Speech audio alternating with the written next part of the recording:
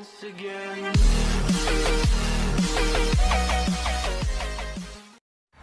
like you're busy. Hello, it's Jimmy here at O'Reilly's, looking at a Ford Ranger Raptor. So I'm just going to plug in my diagnostic before I start. Okay, it's got 18,000 miles on it, and the guy is saying he's been through hell for the last few months with it. Okay, started up. Engine management light is on. So he's been through quite a bit of a run around with this. He's had it at his local mechanic. He told him they put some additive in the tank, cleared the light, told him to drive it up and down the motorway. The light came back on. He's then been recommended a DPF cleaner. He came out, cleaned it. Again, on his way home, the engine management light came back on. The DPF cleaner came back out.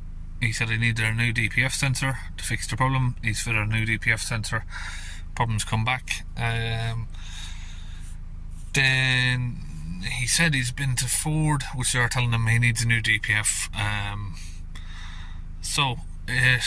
Basically the problem has been going on since he's been round about sort of 14 or 15,000 miles. So he just finds it very unbelievable that it needs a new DPF. I haven't even looked at it yet, so I'm going to switch on the diagnostic machine here and we'll have a look. Okay, I'm using the Launch Eurotab 3. Let's get it set up. Okay, I'll probably just run a full smart scan on it.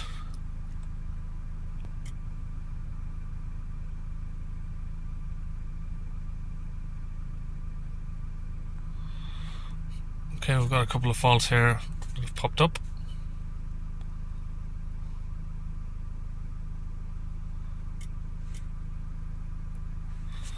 Right, let's have a look at that one first. Missing communication with the engine control module. Not very good with that sort of stuff.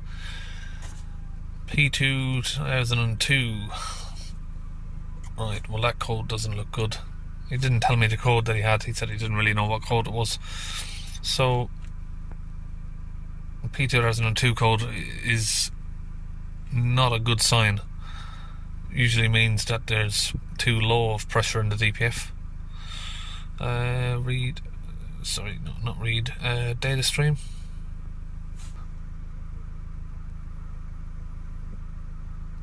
Differential pressure. Rear lock and differential pressure from the low pressure EGR. Okay, let's look for inlet pressure. Maybe it's got inlet pressure for the DPF. Throttle inlet, exhaust.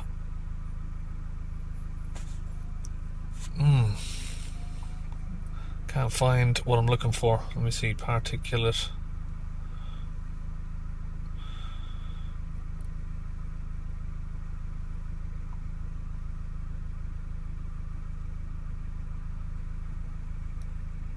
Okay, so I've managed to get these items up. We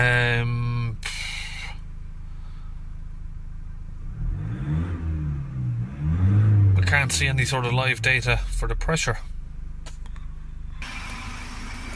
Okay, let's have a look under the bonnet. Okay, so this is the engine. It's BiTurbo 2 litre.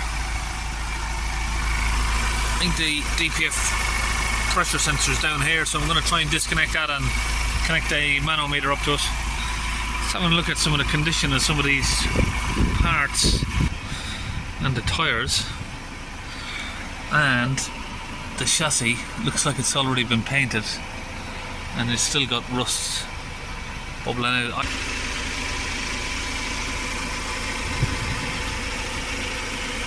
Looks like it's done a lot more than the mileage is saying. When you look at that sensor.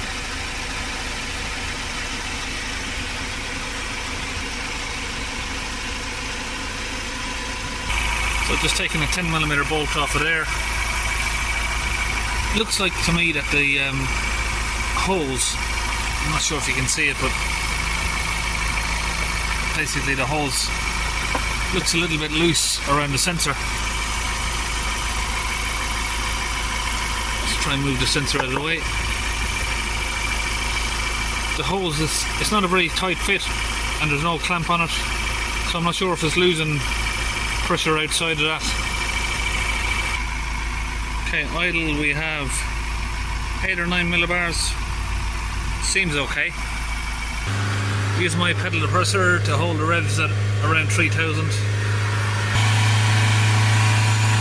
93 millibars. Seems fine. I'm looking at some more live data. Voltage looks good. Obviously I'm not really familiar with this vehicle now so much, but we're not getting any low pressure EGR. I'm just thinking, is it sort of similar to the Audis where the low pressure EGR valve gets blocked up and then causes high pressure only at certain times when the valve closes to divert the exhaust gases through the low pressure EGR. When the low pressure EGR is blocked, it'll then spike the DPF pressure, because from what I'm looking at the minute, the DPF looks absolutely fine.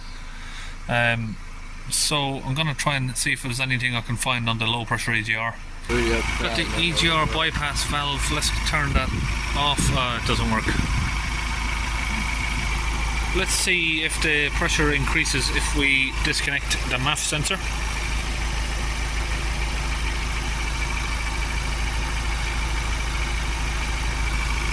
Because I know on the Audis, if you do that, the DPF pressure spikes up. Something to do with when the flap will adjust. Okay, back inside. So obviously I've taken off the plug. Particle filter pressure sensor. Oh yeah, that's because the vehicle was running, and we had it disconnected. The mass airflow, obviously I unplugged that, and the intake air temperature sensor is part of that. The only thing I could find, which I don't know if it's because of that, but like I said, the sensor in there, it was loose.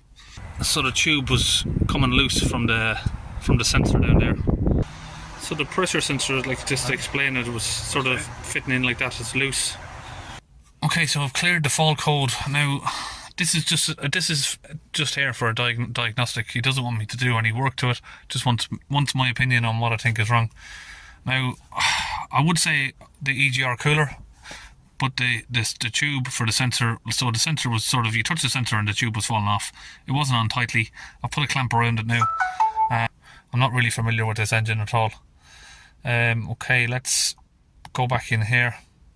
Just going to tell her to add a new DPF just so I can at least clear the code and see how he gets on. So now I'm just programming in the adaptions for the DPF pressure sensor. That has been replaced, but I don't know if they've done the adaptions on it. Do the finger in here test. Some rust in there, alright, but there is some soot, but not massive amounts. Yeah, there is soot though. So like I said, I've clamped up the sensor as good as I can. You never know, it could have been just from that. If not, I think it's good. I got one of these clamps in the new one. It's clamped on tight now. So I've cleared all the codes, they've stayed cleared. It's a difficult diagnostic, this one. It's this Ford Ranger Raptor here, another 2.0 BiTurbo Ford. Yeah, so my end result there, I think, on that, I was getting a bit confused because the pressure is high on the DPF. It's higher than you'd normally see with a P2002 code. A P2002 code, you'd normally see the pressure really low. Pressure is quite high,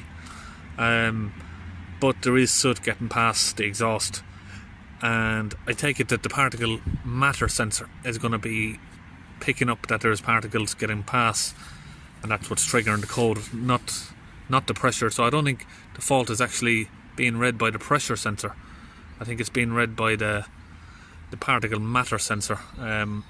Those particle matter sensors I don't really have a lot of experience on. Surprisingly enough, I don't ever remember ever having to replace one or do any tests on one of them.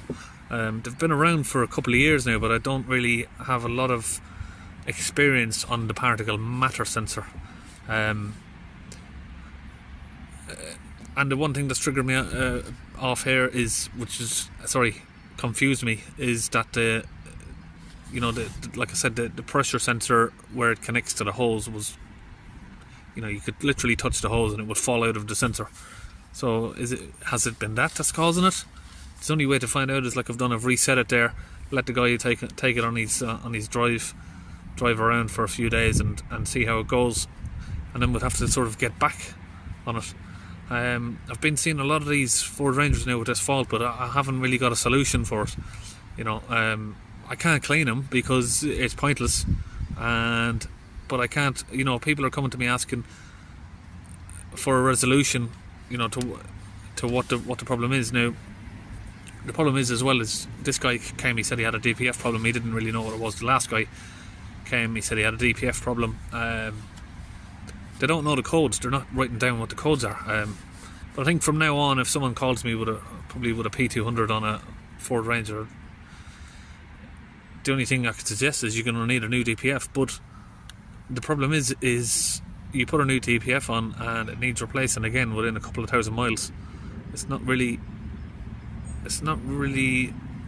good enough, is it? That's not a good enough solution.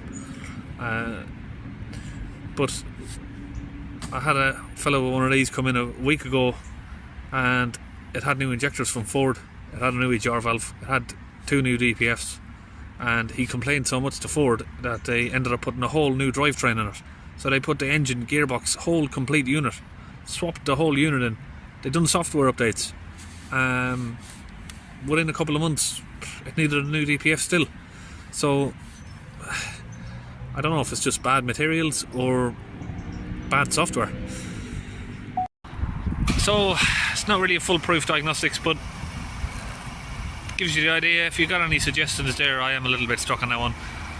The sensor was leaking, so possible it could be that, but might need an EGR cooler. There is some soot coming out of the DPF, but the pressure is good. Okay, we're back. So, bit of an update on this Ford Ranger Raptor. About a week's gone by since I've done it now. I haven't posted the video yet because I'm just waiting on doing a finish up to the video. I was hoping the customer was maybe going to come back, but he doesn't want to come back with it now. About a week later, the lights come back on, P200 again. I've gave him some options of what he can do. He can either go with replacing the DPF. I'm not sure, you know, if you want to go down a sort of cheaper route of tricking the DPF that there is no particles getting past, by maybe putting a spacer on the particle matter sensor. I've not got experience with doing that.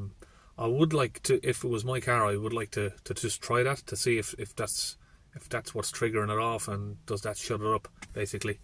He doesn't want to do that just because he doesn't want to risk damaging his DPF, he said. But the DPF is going to need replacing anyway, so if you're going to replace the DPF, I'd prefer, if it was my car, I'd prefer to just try a couple of little trick methods like that before I go down the route, because for me, I don't really like doing that sort of stuff myself.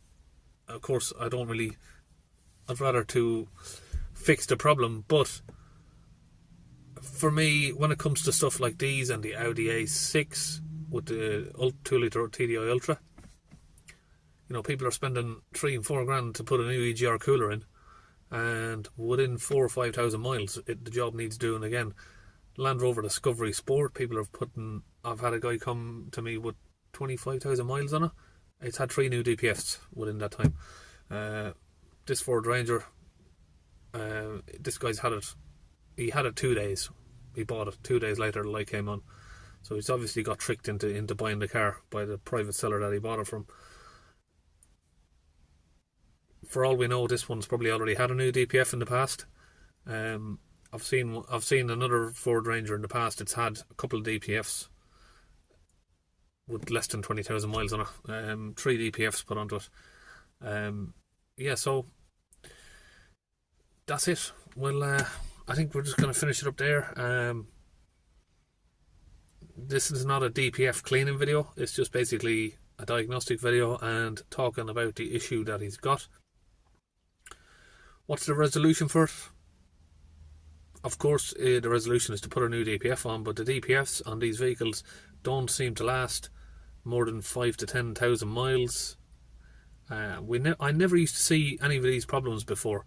Since Euro 6 cars have started coming out of warranty, this problem is all over the place. I'm swamped with calls for these problems.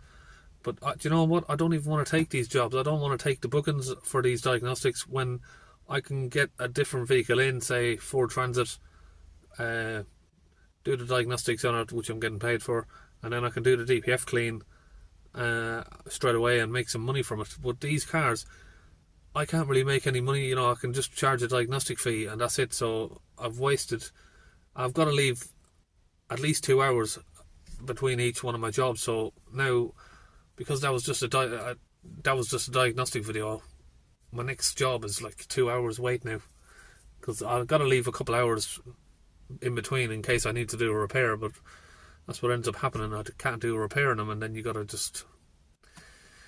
So basically I lose money from doing these call-outs, from doing these diagnostics. Sorry, I'm not doing a call-out, they're coming to me here. Yeah, so I'm losing money from it, really, because you can't really do any work. You know, a diagnostic doesn't really...